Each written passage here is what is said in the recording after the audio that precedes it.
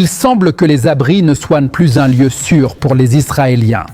Dans un développement dangereux ce soir, un missile Sigil iranien à ogive anti-bunker a atteint les profondeurs souterraines, touchant un abri civil dans la ville de Haïfa.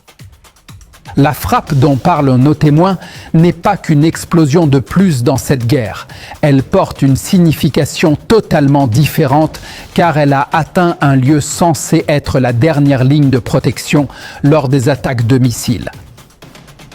Après que le missile Sigil, le plus redoutable de l'arsenal iranien, ait anéanti ce sentiment de sécurité dans un incident qui suscite une vive inquiétude dans la ville et soulève de grandes interrogations sur la nature de la phase dans laquelle cette guerre est entrée.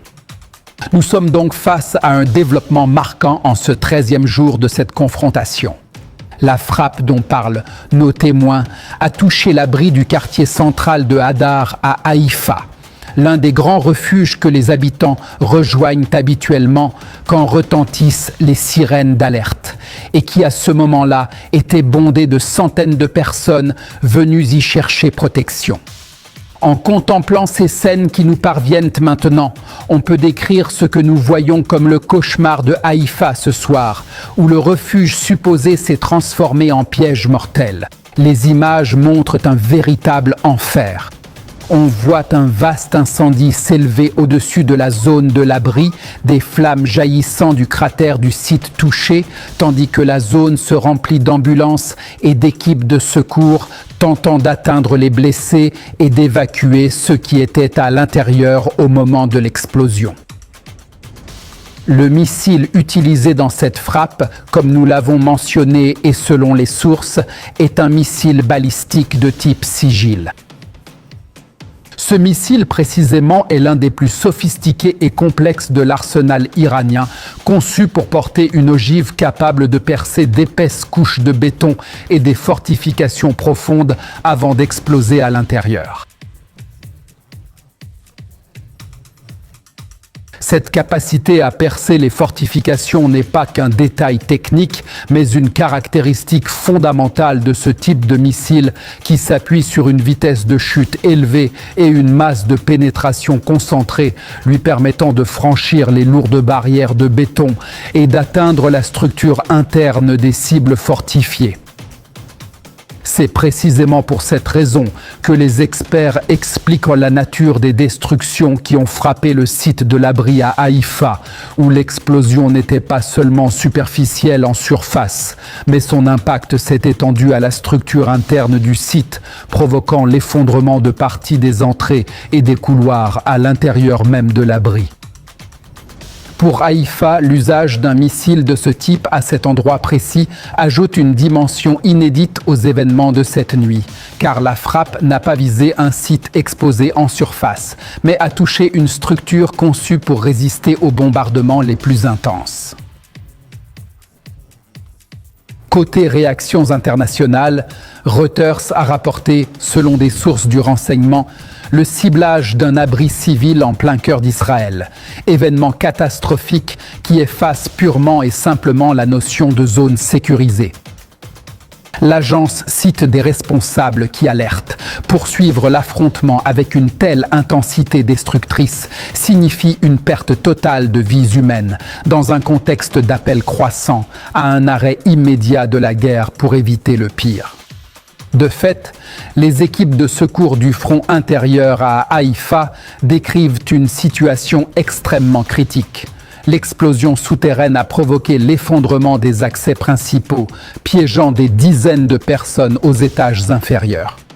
Ceux qui ont pu s'échapper par les issues de secours sont apparus en état de choc complet, comme si Haïfa offrait aujourd'hui le visage même de la volonté brisée dans sa plus terrible expression. Alors que les sources médicales évoquent des chiffres choquants de victimes, la censure militaire israélienne impose un blackout total sur le nombre réel de morts, dans une tentative claire d'empêcher l'effondrement du moral dans les autres villes et refuges qui vivent désormais la hantise du même sort. Ce qui inquiète vraiment, C'est cette précision chirurgicale, la roquette s'enfonçant profondément dans le sol pour frapper directement le cœur du refuge. Cette évolution signifie concrètement que l'ère des zones sécurisées est révolue.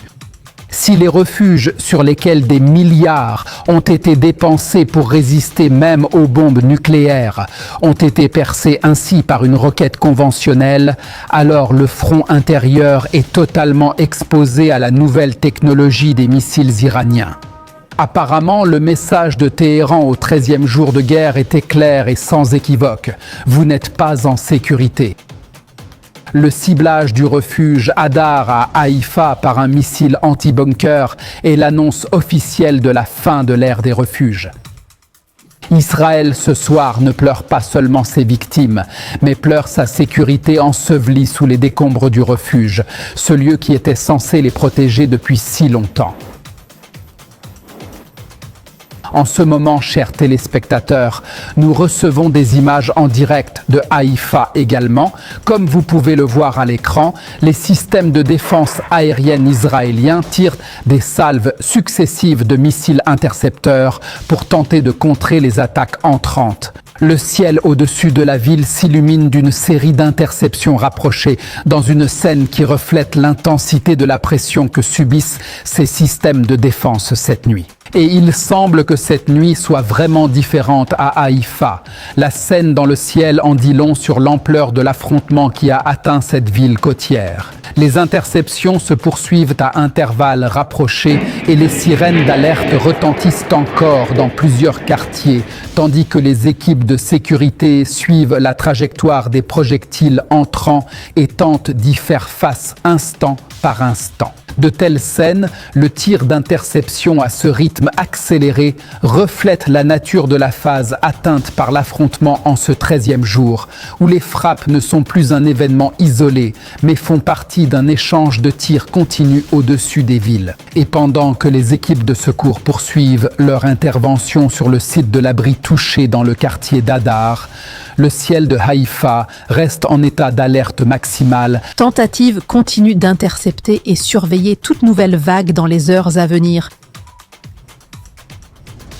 Au milieu de ces développements rapides, des informations d'une réunion sécuritaire à huis clos en Israël révèlent les paroles dures du Premier ministre Benjamin Netanyahou. Un discours portant des messages durs envers l'Iran, évoquant une nouvelle phase d'opération et ce qu'il a décrit comme des frappes qui changeront l'équilibre du conflit. Notre ambition débridée de voir le peuple iranien briser les chaînes de la tyrannie dépend d'eux en fin de compte. Mais sans aucun doute, à travers les opérations menées jusqu'ici, nous brisons leurs os et notre main reste tendue pour frapper plus fort. Si nous réussissons avec le peuple iranien, nous mettrons fin éternellement à cette ère dans l'histoire des nations. Nous ferons la différence et nous sommes déjà en train de remodeler le statut d'Israël comme puissance intouchable. Ce conflit dépend côté offensif des frappes et côté défensif, le plus important, de la solidité du front intérieur et de la force des citoyens. La résilience de ces citoyens tire sa force de ceux qui les protègent et veillent sur eux, et c'est vous. Leur conviction d'être entre de bonnes mains est absolue, et le mérite vous en revient.